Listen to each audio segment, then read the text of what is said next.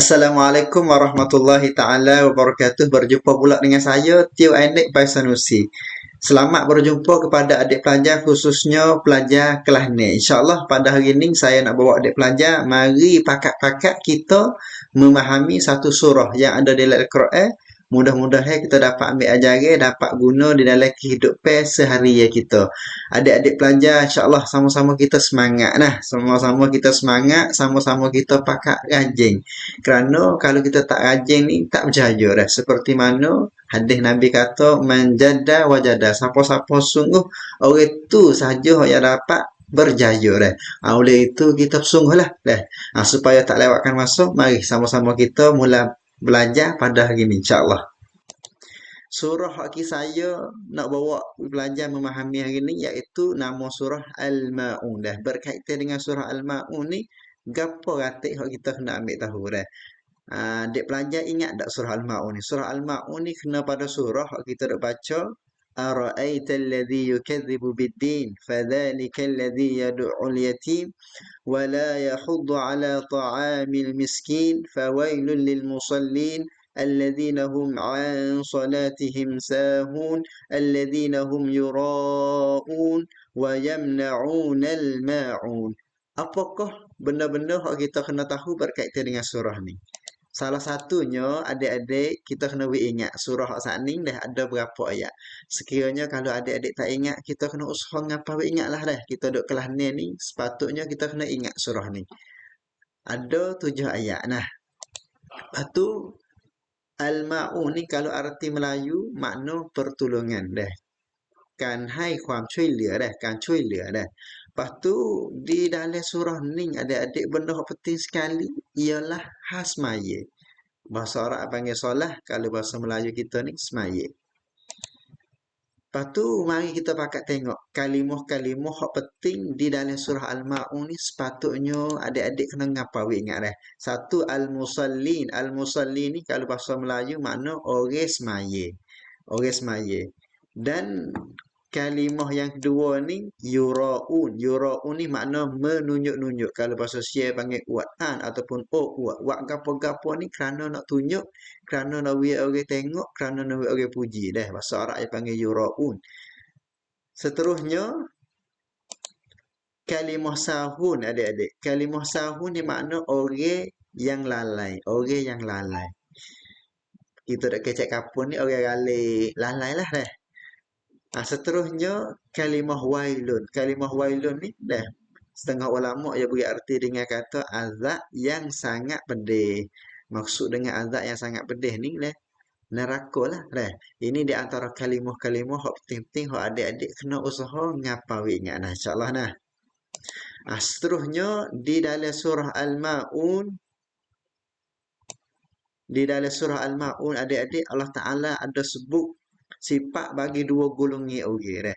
Golongan hak mula-mula ni dia panggil orang yang mendustakan agama, orang hak pakai bohong dengan agama. Seolah kata orang ni ia tak percaya dengan agama, ia tak percaya dengan Allah, ia tak percaya dengan hari akhirat, hari balasan. Sifat dia, perangai dia ada gapo atik. Salah satunya Allah Taala sebut dalam surah ni ialah orang yang menindas anak yatim, orang yang menindas wak nyanyo pada anak yatim. Wak nyanyo kepada anak yatim ni Allah Ta'ala kira kata orang ni adalah di antara orang yang mendustakan dengan agama dah. Waktu satu lagi ni orang yang tidak memberi makanan kepada orang miskin. Orang yang tak beri makanan kepada orang susah, kita orang ada duit, kita orang kaya, kemudian kita tak beri makanan, tak beri pertolongan kepada orang susah, orang miskin ni. Kalau kita ada perangai lagu tu, kita termasuk orang yang mendustakan agama. Seolah kata kita ni bakit bohong dengan agama, kita tak percaya dengan Allah, kita tak percaya dengan hari balasan. Ini minta wal iyazabillah, kita bakal minta jauh.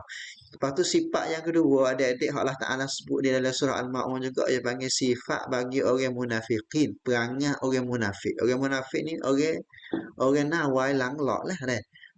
Dia mengaku kata orang Islam tapi hakikat ia bukan Islam. Siapa orang hak perangai lagu ni? Satu dia kata orang yang meninggal dan lalai semaya. Orang hak tinggal semaya. Orang hak lalai dengan semaya, ralik sehingga tak semaya, Itu di antara sifat orang munafik. Dan yang kedua ialah orang yang rio. Orang yang riak ni orang yang buat. Buat gapo-gapo tu kerana nak tunjuk, we orang tengok, kerana nak tunjuk, we orang puji dah. Siapa-siapa hok ada perangai lagu tu kita minta jauh dah. Termasuk di kalangan sifat-sifat orang munafik dah. Lepas tu yang ketiga, orang yang tidak memberi pertolongan.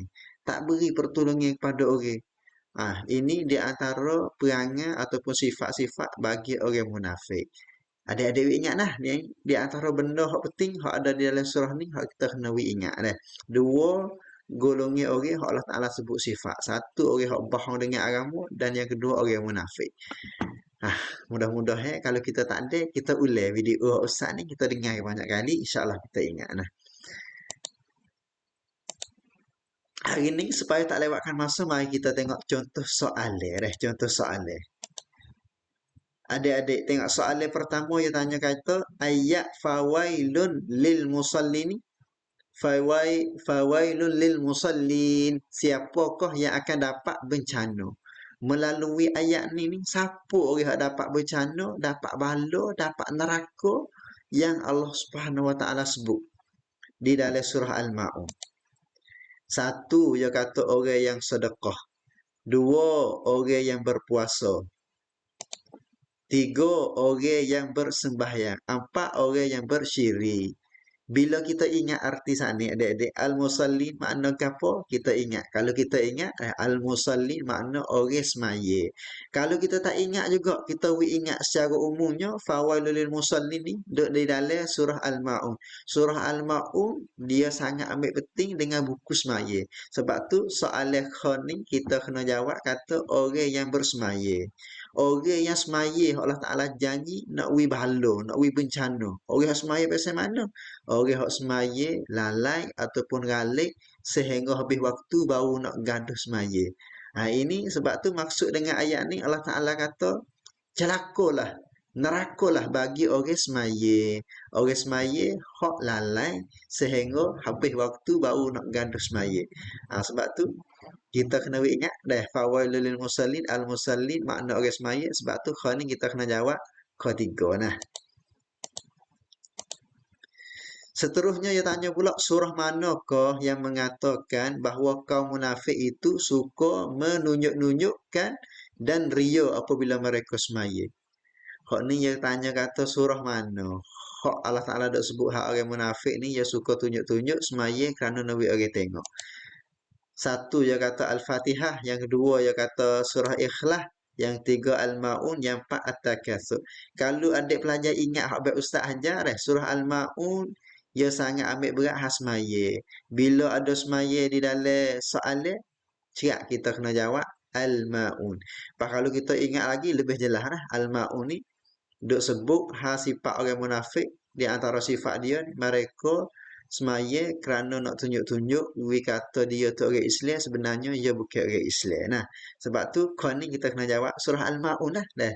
Sebab tu kalau adik-adik tak ingat bila jumpa soalan ada sebut semaya, bila jumpa soalan ada sebut hasmaya ni, kebanyakan jawapan adalah surah Al-Maun. Ingat secara mudah-mudah.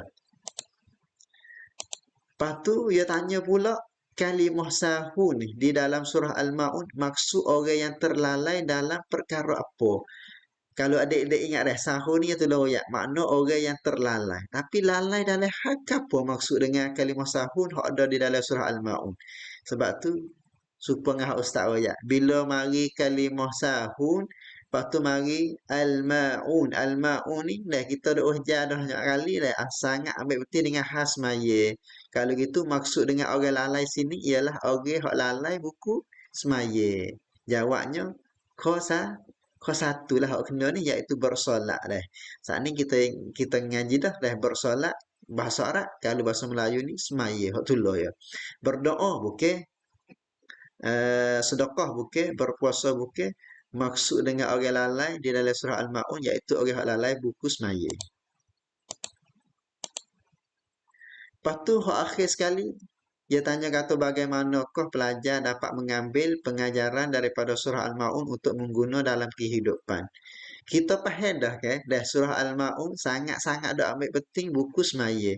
Kalau gitu ajari hak kita dapat ambil daripada surah ni gapo?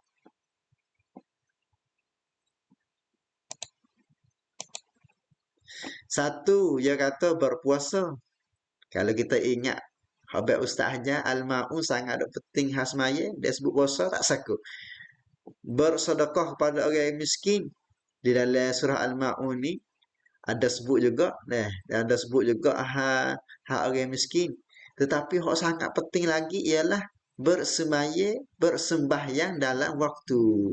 Kerana di dalam surah Al-Maun ni sangat-sangat sebut ajaran ni bahwa Allah Taala janji nak boleh neraka nak orang hak semaya galik, semaya di luar waktu semua galik dengan semaya. Sebab tu ajaran hak penting sekali hak kita dapat ambil daripada surah Al-Maun ni adik-adik ialah kita kena jadi orang Muslim yang semaya dalam waktu. Nah, adapun sedekah kepada orang miskin ni ada sebut juga, tetapi Allah Taala sebut di dalam surah Al-Maun ni Allah Taala sebut dari segi nak royak perangai orang hak dusta dengan agama.